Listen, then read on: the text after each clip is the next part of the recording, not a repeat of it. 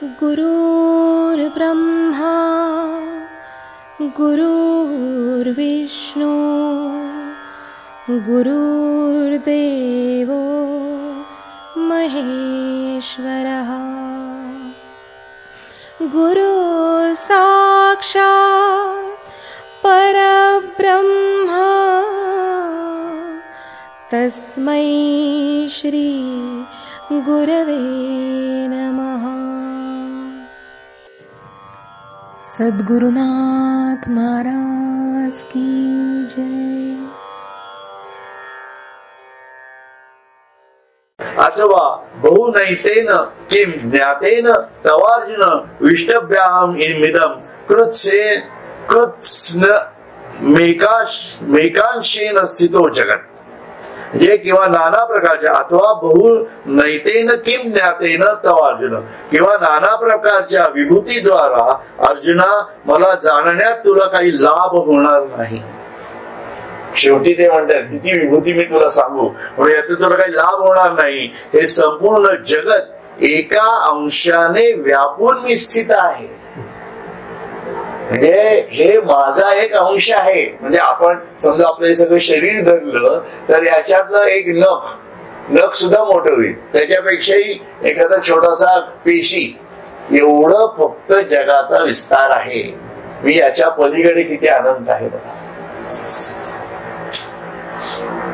आपल्या शरीरातली एखादी पेशी जर म्हणत असेल, समजा तिला जी जाणीव असेल ती समजा म्हणाली की हा कुठल्या माणसाच्या अंगात आपण कार्य करतोय त्याचं जरा आपण वेध घेऊया, असं समजा त्या पेशीच्या मनात आलं तर तिला आपण काय सांगू, अगं तू ती एवढी शिकेस मायक्रो लेवलला आहे, मी केवढा मोठा आहे।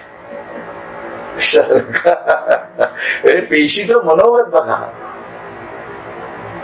त्या पेशीला जाणीव असेल ना काहीतरी, तशा स्वरूपामध्ये म्हणजे समजण्यासाठी हे आहे काय खरं काय खोटं मलाही अजून काही अनुभव नाही घेणार, परंतु या भूमिका अशा प्रकारच्या आहेत ते समजून घेणं खूप गरजेचं आहे। म्हणून एका अंशाने व्यापून मी स्थित आहे म्हणजे संपूर्ण जगत माझ्या एका अंशावर भासते असा त्याचा अर्थ होतो। लक्षात आलं? आणि इथे ते म्हणतायत ओम तत्सदिति श्रीमद भगवद गीतासु उपनिषत्सु ब्रह्मविद्यायां योगशास्त्रे श्रीकृष्णार्जुन संवादे विभूती योग नाम दशमोध्यायः समाप्तः। हा 10वा अध्याय या शेवटच्या श्लोकाला संपू। परंतु ज्ञानेश्वर महाराज याच्यावरती काय विश्लेषण करतायत ते बघूयात आपण। अथवा एकले एक बिंब गगनी प्रभा फाके त्रिभुवनी तेवी मज एकाची सकळ जनी आज्ञा पाळिजे। अथवा ज्याप्रमाणे आकाशात एकच सूर्यबिंब असते आणि किरणांच्या द्वारे त्याचा प्रकाश त्रिभुवनात पसरतो त्याप्रमाणे सर्वत्र मी परिपूर्ण रूपानेच असल्यामुळे संपूर्ण जगात विभूतीच्या द्वारे देखील माझीच आज्ञा पाळली जाते। ज्याप्रमाणे आकाशात एकच सूर्यबिंब असते आणि किरणांच्या द्वारे संपूर्ण त्रिभुवन प्रकाशल्या जाते ते समजायला सोपं आहे, त्याप्रमाणे सर्वत्र मी परिपूर्ण रूपानेच असल्यामुळे संपूर्ण जगात विभूतीच्या द्वारे देखील माझीच आज्ञा पाळली जाते। म्हणून प्रत्येक जीव हा विभूती आहे हे प्राथमिकपणे आपल्याला बौद्धिक दृष्ट्या तरी समजून घेता यायला पाहिजे। आपल्या जीवनात कसा आणायचा हा पुढचा भाग आहे, पण बौद्धिक दृष्ट्या तर पटलं पाहिजे ना आपल्याला। लक्षात आलं? म्हणून या प्रत्येक जीवाच्या ज्या आंतरिक जाणीवा ज्या प्रकारे चालत आहेत त्याच्या प्रत्येकाच्या पाठीमागे ही त्याची सत्ता आहे, लक्षात घ्या। म्हणून त्याचं आपल्याला अहंकार असेल, एखाद्याचा वासना असतील, इच्छा असतील, जे काय असेल ते त्याचे जीवन, त्याच्या पाठीमागे त्याची ईश्वराची सत्ता आहे, लक्षात ठेवायचं पाहिजे। कारण तो असा का वागतो आहे, कारण त्याला त्याचं प्रारब्ध भोगायचं आहे। सत्ता त्याच्याकडेच गेली की नाही। तुमच्या आयुष्यामध्ये येणारे किंवा माझ्या आयुष्यात येणारे किंवा प्रत्येकाच्या आयुष्यात येणारी सुखदुःखाची जी काही कारण आहेत त्याच्या पाठीमागे बाकी कोणी इन्व्हॉल्ड आहे का, तर वस्तुतः कोणीच दिसत नाही। अगदी नवरा बायको असले तरी अनुषंगिक प्रारब्धाने सुख दुःख होईल. पण बायकोला जर आजार झाला तर नवरा काही करू शकत नाही, आणि नवऱ्याला जर आजार झाला तर बायको काही करू शकत नाही. लक्षात घ्या. म्हणजे प्रत्येकाच्या पाठीमागची जो आधार आहे बेसिकली तो प्रारब्ध भोगण्याचा जरी असला तरी त्याच्या पाठीमागची शक्ती कार्यरत होती ती त्याचीच आहे. म्हणजे त्याच्याच प्रकाशामध्ये हे सर्व घडत आहे. लक्षात आलं का? असा त्याचा अर्थ होतो. ही भूमिका साधकाच्या दृष्टीने अत्यंत महत्वाची आहे. म्हणून तया ते एकले जणी म्हण तो निर्धन या भाषानेन काय कामधेनू सर्व सामान चालत असे. म्हणून त्यांना एकले म्हणजे मर्यादित ऐश्वर्याने युक्त असे कदाचित म्हणशील, पण असे त्यांना म्हणू नकोस. त्यांना दरिद्री हे शब्द लावू नकोस. कामधेनू बरोबर सर्व सामग्री चालत असते काय. आता याचा हा विषय कसा चालतो बघा, की आपण ज्या एवढ्या विभूती पाहिल्या, काय 75 विभूती ज्या पाहिल्या गेलेल्या आहेत आतापर्यंत, त्या एकेका विभूतीचा आपण जेव्हा अभ्यास करतो आहोत तेव्हा त्या विभूतींमधले विशेष गुणाने आपण पाहतो आहोत. पण आपण हेही पाहायला शिकायचा प्रयत्न करतो आहोत की आपल्या आजूबाजूला असणारे आपल्या सगळे सर्व लोक हे ईश्वराची विभूतीच आहेत. या भूमिकेतनं सुद्धा बघायला पाहिजे. असं पण आपण अभ्यासाच्या आपल्या साधनेच्या दृष्टीने विचार करत होतो, बरोबर. पण आता त्याच्यामध्ये प्रत्येकामध्ये असणारा जो गुण आहे, अगदी विभूतीचा जरी म्हटलं आपण तरी त्या विभूतीचा गुण जो तयार झालेला आहे त्यांना आपण अर्जुनाला आपण दरिद्री म्हणू का? नाही म्हणू, बरोबर आहे की नाही? किंवा त्यांनी काय म्हटलंय, म्हणजे मर्यादित ऐश्वर्याने युक्त, त्या तो काय अगदी कृष्ण झाला होता का? कृष्ण झाला नव्हता, बरोबर आहे की नाही? त्यामुळे त्याला दरिद्री हे शब्द लावू नकोस असं म्हटलंय. तसंच आपण प्रत्येक व्यक्ती जी आहे त्या व्यक्तीचा आत्मसन्मान हा आपल्याला ठेवता यायला पाहिजे, असं त्याच्यानं अर्थ निघतो. लक्षात. म्हणून कुठल्याही व्यक्तीला ती ईश्वराने निर्मित गोष्ट आहे, ईश्वर निर्मित जी आहे तर तिचा आत्मसन्मान हा प्रामुख्याने राखला गेलाच पाहिजे. म्हणजे आपल्या आजूबाजूच्या लोकांच्या बाबतीमध्ये सुद्धा, आपल्या शत्रू पक्षाकडे सुद्धा, मित्र आहेत शत्रू आहेत दोन्ही पक्षांकडे हा आत्मसन्मान हा प्रत्येकाचा राखला गेला पाहिजे असं शास्त्र म्हणजे गीताशास्त्र सांगतंय. लक्षात आलं. म्हणून कारण कामधेनू बरोबर सर्व सामग्री चालत असते काय. म्हणजे कामधेनूला जो जेव्हा जे काही मागतो तेव्हा ती सर्व एकदम आपल्यापासून प्रकट करते. त्याप्रमाणे तेही स्वतः अंगाने विश्वत ज्याचे ऐश्वर्य आहे असे भगवत स्वरूपात असतात. म्हणजे एखाद्या वेळेला ते त्या आविर्भावात नसतील, लक्षात आलं का, वैश्विक आविर्भावात नसतील, परंतु ते त्या विभूतीच्या जाणीवेमधनं त्या विश्वत स्वरूपाशी एक रूप होतात. तेव्हा सर्व प्रकारची संपत्ती त्यांच्याकडे पोचती झालेली असते. लक्षात ठेवा. आणि अर्जुन हे त्याचं उदाहरण आहे. पण मग अर्जुनाने जे केलं नंतर ते कृष्णासारखं कृत्य आहे सर्व. लक्षात ठेवा. काळाच्या जाणीवेवरती केलेलं कृत्य आहे. तो स्वतः विश्वात्मक भावामधनं त्यांनी सर्व गिळंकृत करून टाकलं. एक प्रकारे युद्ध केलं म्हणजे काय झालं, सर्व मारलेच ना शेवटी, त्यांनी कोणाला सोडलं नाहीये. म्हणून या गोष्टी, आणि त्याला दुःख होती तरी सुद्धा, पण ते विभूतिमत्व जेव्हा त्यांनी जागृत केलं त्याचं, रामाने जेव्हा त्याचं विभूतिमत्व जागृत केलं तेव्हा रावण सुद्धा टिकू शकला नाही. लक्षात ठेवा. त्याच्या अगोदर सीतेसाठी रडला ना, बरोबर आहे. त्यानंतर अर्जुनाचं काय झालं, स्वतःचा मुलगा मेला ना अभिमन्यू, मग दुःख नसेल झालं अर्जुनाला, झालंच की. पण जेव्हा त्या समग्र जाणीवेत तो जातो तेव्हा तो सर्व प्रकारे ईश्वर बनूनच राहतो असं त्यांना म्हणायचंय थोडक्यामध्ये लक्षात असं ते म्हणतात. म्हणून ते जे जेधवा जो मागे ते एक सरेची प्रसवो लागे ते विश्वविभवतया अंगे होऊनी असती. म्हणून ही वैश्विक जाणीव त्याच्या अंगामध्ये तयार होते एक प्रकारचे असं ते म्हणतात. तया ते ओळखावया हेची संज्ञा जे जगे नमस्कारी जे आज्ञा ऐसे आथी ते जाण प्राज्ञा अवतार माझे. म्हणून त्यांना ओळखण्याची ही एक खूण आहे की सर्व जीव त्यांची आज्ञा शिरसा मान्य करतात. बुद्धिमान अर्जुना हे असे जे असतील ते माझे अवतार होत हे जाण. सर्व जीव त्याची जी आज्ञा मानतात ते व्यक्तिमत्व ईश्वराचे अवतार असतात असं तुम्हाला असं त्यांना म्हणायचंय श्रीकृष्णाला. आणि सामान्य विशेष हे जाणणे एक महादोष काजे मीची एक शेष विश्वी आहे म्हणून. आणि मीच एक सर्व जगद्रूप झालो असून मी सर्वत्र सारखा असल्यामुळे सामान्य विशेष पाहणे हा मोठा दोष आहे. कारण मीच जर सर्वत्र भरलेला असेल तर कोणी लहान कोणी मोठा कोणी श्रीमंत कोणी गरीब हा विषय येतच नाही बघण्याचा दृष्टिकोन. म्हणून संतांची दृष्टी ही कशा प्रकारची असते हे आपल्या लक्षात येईल याच्यामधून. म्हणून त्यांना गरीब श्रीमंत हा त्यांच्या ठिकाणचा भाग नसतोच कुठला, किंवा हा वयाने लहान आहे हा वयाने मोठा आहे.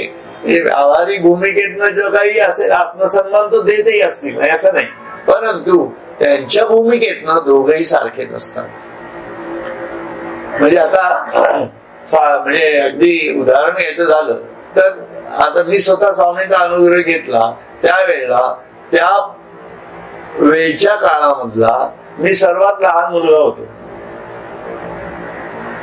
लक्षात आलं म्हणजे इतक्या लहानपणी मला अनुग्रह मिळाला, पण त्याच वेळेला आमच्या वडिलांनाही मिळाला ना.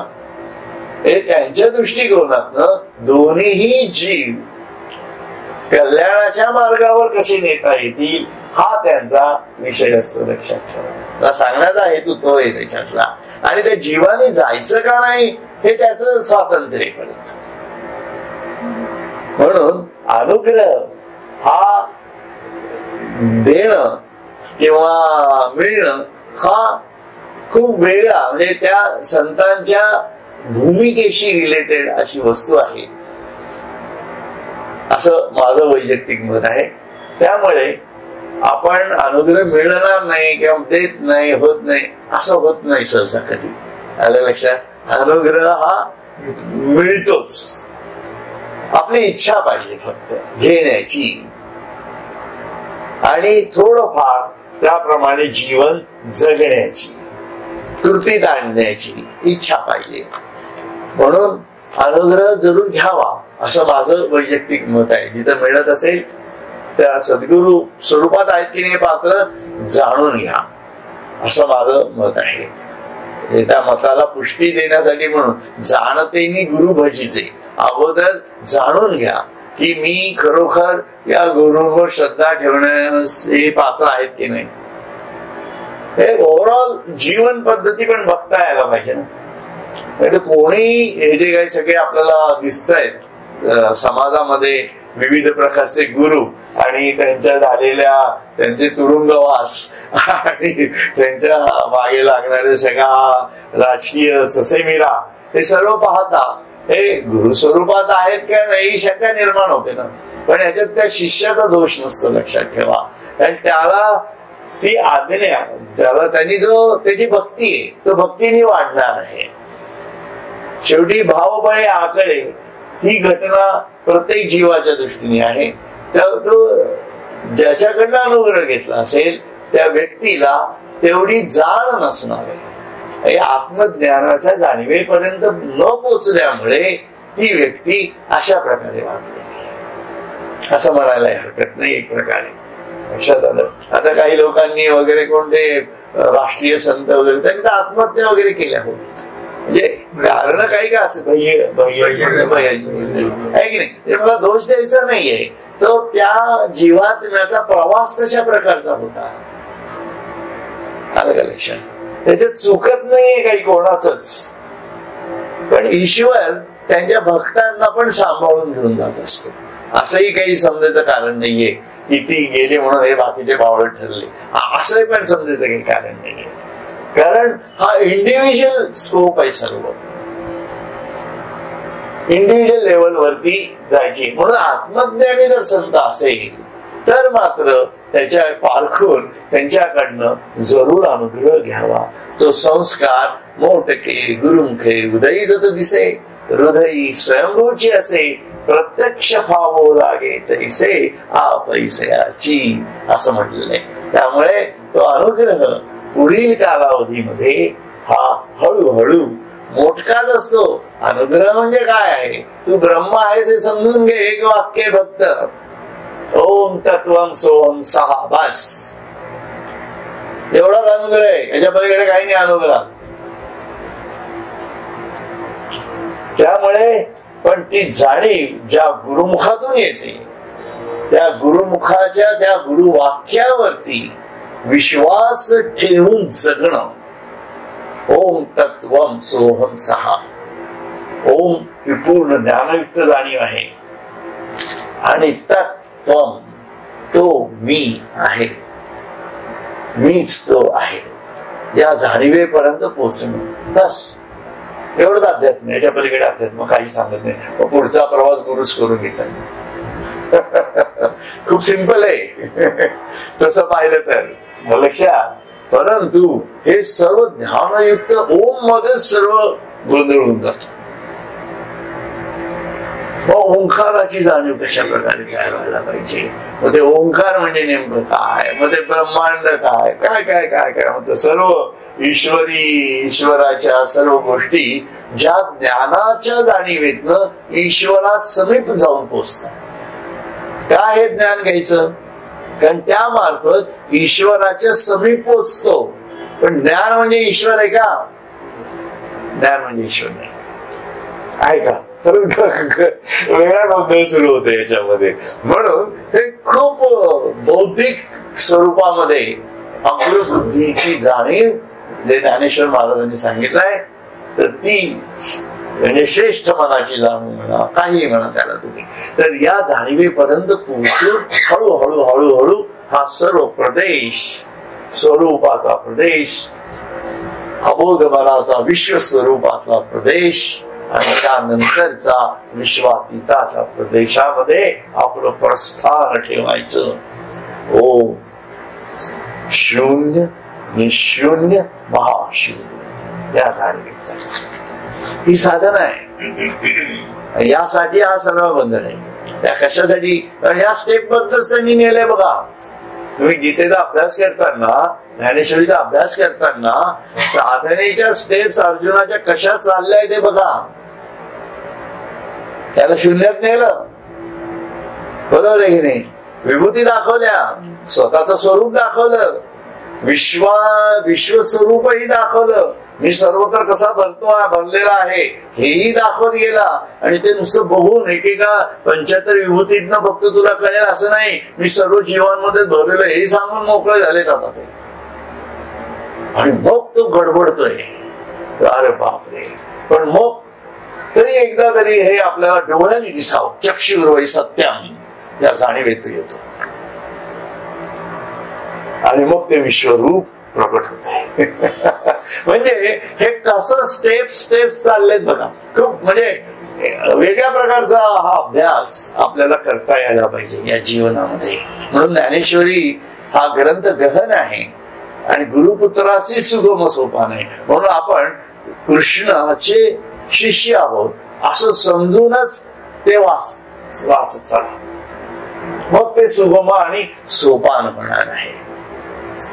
आणि साक्षात प्रगटे श्री हरी, तो आता पुढच्या अध्यायात प्रगट आहे. म्हणजे जो आपण डे 1 पासून आज गेले 1.5-2 वर्ष अभ्यास करतो आहोत, त्याचं स्वरूप आता इतकं जवळ येत चाललेलं आहे. आपण खरोखरच त्या जाणीवेत मध्ये अभ्यास केला असेल तर आपल्याला त्या भूमिकेपर्यंत पोहोचणं किती सोपं जाणार आहे पहा. ही प्राथमिक गोष्ट फार महत्वाची आहे. आणि सामान्य विशेष हे जाणणे येत महादोष, काजे मीची एका शेष विश्व आहे म्हणून. कारण मी सर्वत्र सारखा असल्यामुळे सामान्य विशेष पाहणे हा मोठा दोष आहे.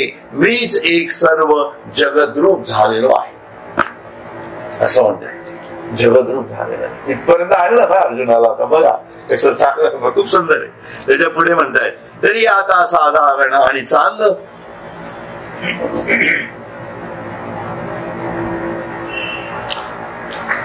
तरी आता साधारण आणि चांग ऐसा कैसेनी कल्पावा विभाग, वाया आपुलिया मती वंग भेदाचा लावावा. म्हणून निर्विशेष आत्मस्वरूपाच्या ठिकाणी साधारण चांगला असा विभाग त्या कल्पावा व व्यर्थच आपल्या बुद्धीला भेदाचा डाग का लावावा. कृष्ण सांगताय म्हणून आपल्या बुद्धीला उगाच भेद लावूच नका. हा लहान आहे तो मोठा आहे, कारण सर्वच माझ्या विभूती आहेत. म्हणजे आता सर्व खलु इदं ब्रह्म याच्याला आलो की नाही आपण, या विश्वस्वरूपाच्या जाणीवेपर्यंत येतोय आपण. म्हणून ते म्हणताय आपल्या बुद्धीला भेदाचा डाग का लावावा. कारण आपण कुशातही भेद मानू नये. म्हणून आपण आपल्या ध्यान वर्गात सुद्धा दुःखाच्या कारणामध्ये सर्व भेद सांगितलेले बघा. दुसरी स्लाइड तुम्हाला आठवत असेल तर, की कुठल्या प्रकारे कशा प्रकारचे दुःखाच्या कारणामध्ये कुठले कुठले भेद आहेत.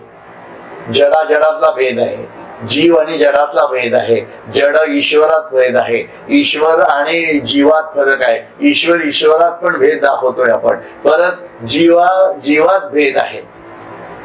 हे सर्व भेद युक्त जाणीव, याला विविधता या जाणीवेत आपण मोडतो. आणि ही सर्व ईश्वराची निर्मिती आहे आणि यात पण ईश्वर आहे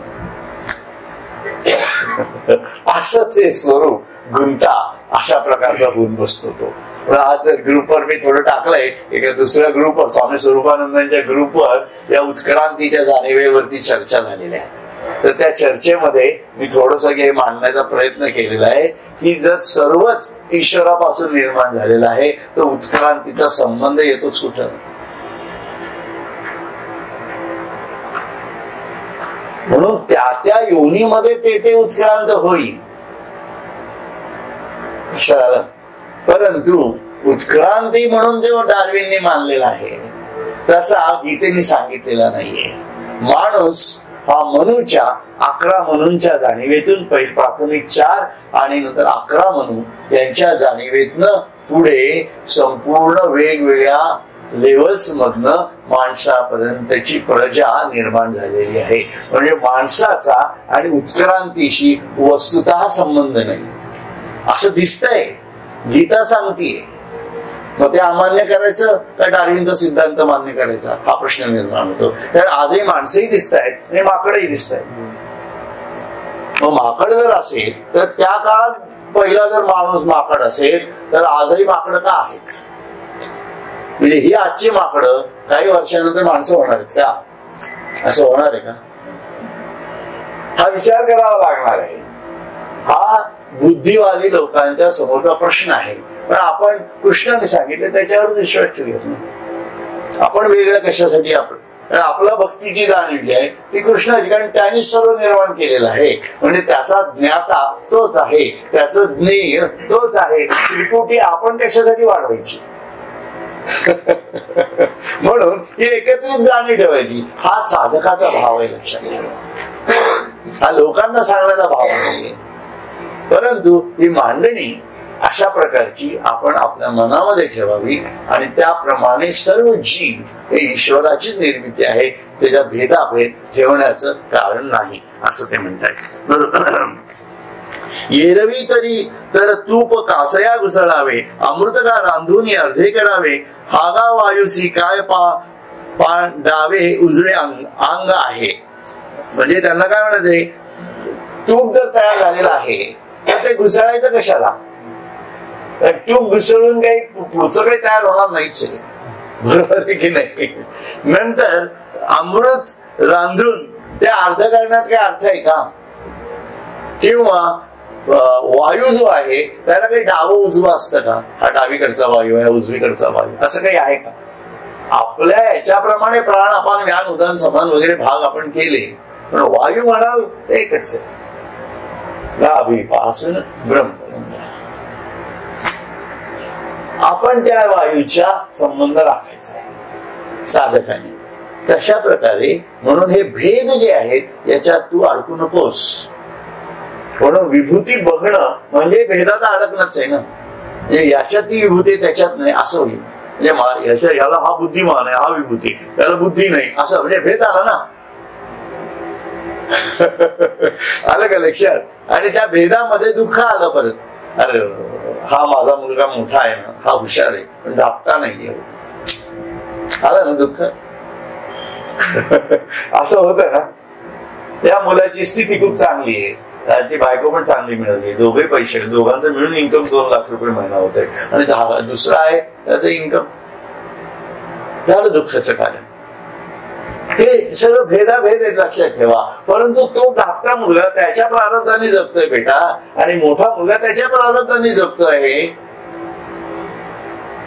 हा आध्यात्मिक विचार आहे का लक्षात? त्याच्यामुळे दुःखाचं कारण आपलं होऊ शकत नाही. ते मी काय सांगतोय ते लक्षात घ्या पूर्णपणे, म्हणजे मला काय म्हणायचं ते कळेल तुम्हाला. कारण हा स्वयंभू प्रत्येकाचा विषय आहे.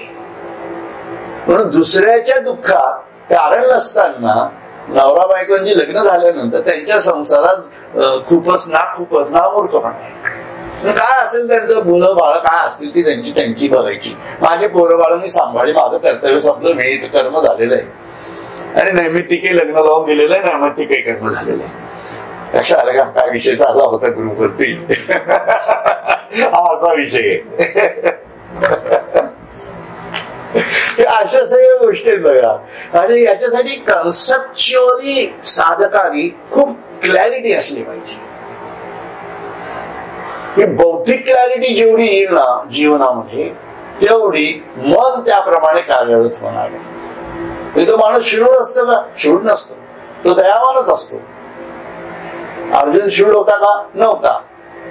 त्या क्षणाला जरी दुर्योधनाने किंवा धृतराष्ट्राने फोन करून सांगितलं असतं दुर्योधनाला, अरे युद्ध काय करायचं नाही, त्यांना काय पाहिजे ते देऊन टाक, अर्जुनाने मान्य केलं असतं. बरोबर आहे की नाही? 5 गाव. ठीक आहे, तयार आहे ना, शेवटचं तयार आहे, काही प्रॉब्लेम नव्हता. पण बुद्धी नाही. लक्षात घ्या. म्हणून हे फार महत्वाचं आहे, फार महत्वाचं आहे. हे संपेल की नाही शंका आहे, पण बघू असं काय होतंय ते. एरवी तरी तू पै सूर्यबिंबाची पोट पाठी, पाहता नासेला आपुली दिठी, तेवी माझ्या स्वरूपी गोठी, सामान्य विशेषाची नाही. ते काय म्हणतात बघा. तसे सूर्यबिंबाच्या ठिकाणी पोट पाठ पाहायला गेलो तर आपली दृष्टी नष्ट होईल. बरोबर की नाही? बिंबाकडे पाहता पण येणार नाही, आपले डोळे जातील असं म्हणतंय. त्याप्रमाणे माझ्या स्वरूपाच्या ठिकाणी सामान्य विशेष अशा भागाची मुळी गोष्टच नाही. म्हणून तर असलं काय माझ्याकडे बघूच नको.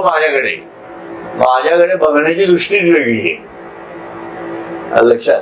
त्यामुळे दृष्टीसी फाटा फुटे, म्हणजे आपल्या मधली प्रकृती पुरुषाचं ऐक्य झालं की आपण स्वतः शिव होतो. तेव्हा त्या तिसरा डोळा म्हणजे आज्ञाचक्राच्या मध्ये असणाऱ्या आकाशामध्ये, सर्व चिदाकाशामध्ये संपूर्ण ब्रह्मांड दिसायला लागतं. म्हणून ध्यान करताना आकाश शोधा असं सांगितलं जातं. कारण चालेल. म्हणून तिसरा डोळा शंकराला होता, मला नाही आले, तू शिव झाला तर तुला येणार आहे असं म्हटलं जाते.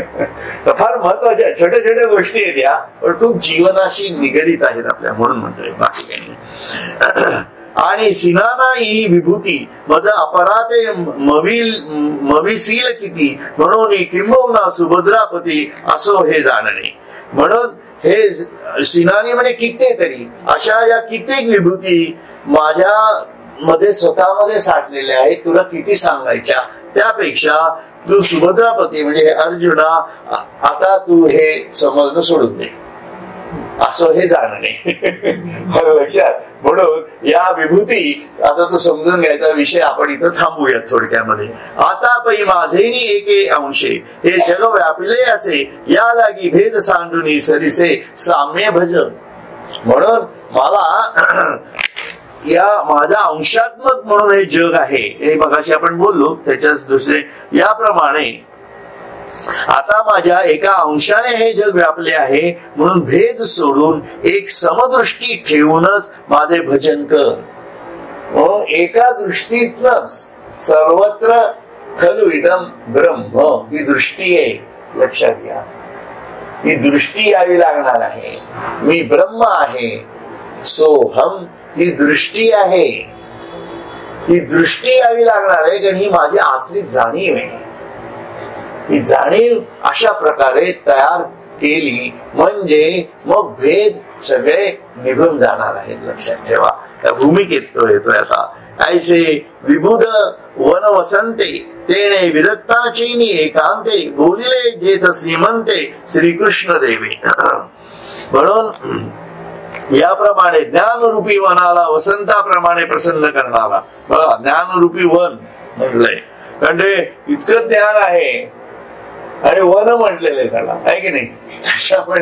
त्याच्यामध्ये विविध प्रकारच्या विविधता आहे ज्ञानामध्ये त्या. म्हणून वसंताप्रमाणे प्रसन्न करणारा वसंत ऋतूत जशी प्रसन्न आहे त्याप्रमाणे विरक्त पुरुषाचा जो एकांत म्हणजे विरक्त पुरुष सर्व संग परित्याग करून ज्या एकाचाच आश्रय करतात असे षड्गुण ऐश्वर्य संपन्न भगवान श्रीकृष्ण याप्रमाणे बोलले की तुला मी किती म्हणजे हे श्रीकृष्णाचं वर्णन आहे की अशा प्रकारचे विरक्त स्थितीमध्ये ते आहेत की त्यांनी अशा प्रकारे हे ज्ञान सर्व सांगितलेलं आहे. ते अर्जुन म्हणे स्वामी येतुले हे राभस्य बोलिले तुम्ही जे भेद एक आणि आम्ही सांडावा एकी. आता अर्जुनाचं काय माहितीये का तो भयंकर विचित्र आणि वेगळा माणूस आहे. लक्षात ठेवा श्रीकृष्णाचा भक्त आहे तो. श्रीकृष्ण सुद्धा खूप विचित्र आणि वेगळा माणूस आहे. म्हणजे चांगल्या अर्थाने घ्या हे शब्द मला काय म्हणायचे ते विचित्रता अर्थ पण तो लक्षातच येत नाही. लक्षात अघटित घटनापटू असं नाव दिलेलं आहे त्याला आहे की नाही. आता अघटित घटनापटू व एक अशा प्रकारचा आहे त्याच्या कृतीत सगळ्या विचित्र आहेत म्हणून त्याला मी विचित्रपटू म्हटलं बाकी काही नाही. तर काय म्हणतात बघा ते तर अर्जुन म्हणे स्वामी येतुले हे राभस्य बोलिले तुम्ही जे भेद एक आणि आम्ही सांगावा एकी. बघा त्यांनी प्रश्न केला इथं बरं का. तेव्हा अर्जुन म्हणतो प्रभो एक भेद आहे. तो म्हणतो तुम्ही भेद सोडून द्या म्हणतोय. हे एवढंच दोन ओव्या आपण घेऊ आणि थांबणार आहोत. एक भेद आहे असे पाहणारे जे आम्ही त्यांनी तो भेद टाकावा असे जे तुम्ही म्हटले ते थोडे विचार न करता बोलले असे वाटते. श्रीकृष्णाला वाटतं अर्जुन विचार करायला पाहिजे आहे की नाही. एवढं सगळं सांगितल्यावर की हे काहीतरी विचित्र आहे बाबा. हे तुम्ही जे सांगताय ते काय आपल्या डोक्यात झेपत नाही आम्हाला. लक्षात हे राभसे बोलले तुम्ही जे भेद एक आणि आम्ही सांडावा की हा हो सूर्य म्हणे काय जगाते अंधारे दवडा काळ परवते केवी धसाळ म्हणो देवाते ते अधिक हा बोले. पुढचे वास्तव म्हणजे संपेल तुझे नामची एक कोणी वेळे जयाची मुखासी काना मिळे तयाची या हृदयांते सांडूनी पळे भेदची साच. बघा सुंदर आहे. तेव्हा अर्जुन म्हणतो प्रभो एक भेद आहे असे पाहणारे जे आम्ही त्यांनी तो भेद टाकावा म्हणजे आम्हाला भेद सोडा असं तुम्ही सांगताय. आपण आतापर्यंत तेच ऐकलं ना की सगळा भेद सोडून द्या मला एकट्याला जाणार असे जे तुम्ही म्हटले ते थोडे विचार न करता बोलले असे वाटते. बरं का हो देवा जेथे सूर्य उगवल्याबरोबर अंधार आपोआप नाहीसा होतो तेथे आता अंधार दूर करा असे सूर्य लोकांना म्हणतो काय.